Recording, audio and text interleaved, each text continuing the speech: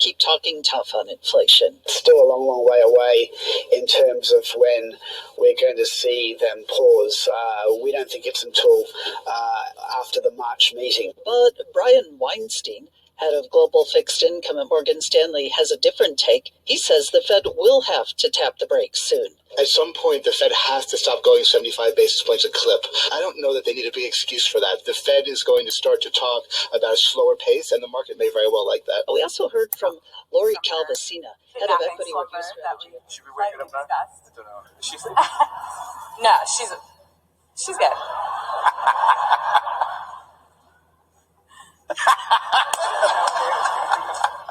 It's so good.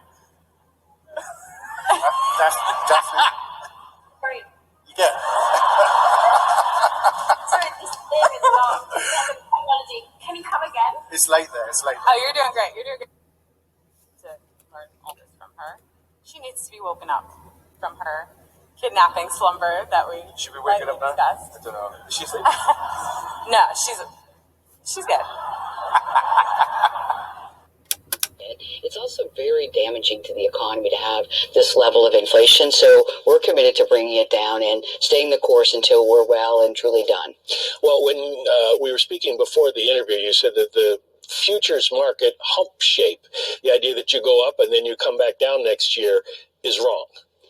Yeah, I don't see that happening at all. I see us as raising to a level that we believe is restrictive enough to bring inflation down, and then holding it there until we see inflation truly get close to 2% and demonstrate that price stability is restored. Well, what is that level that's restrictive enough? Well, right now we've just got the rate up to a point where it's a little bit restrictive potentially, or just at neutral. And so I would see more policy adjustments as required to restrain the economy sufficiently. Remember, this is all about bringing demand, which is very strong, back in line with supply and bringing inflation down. So I do see more rate increases as necessary. But of course, we're consistently data dependent, and we'll continue to do that.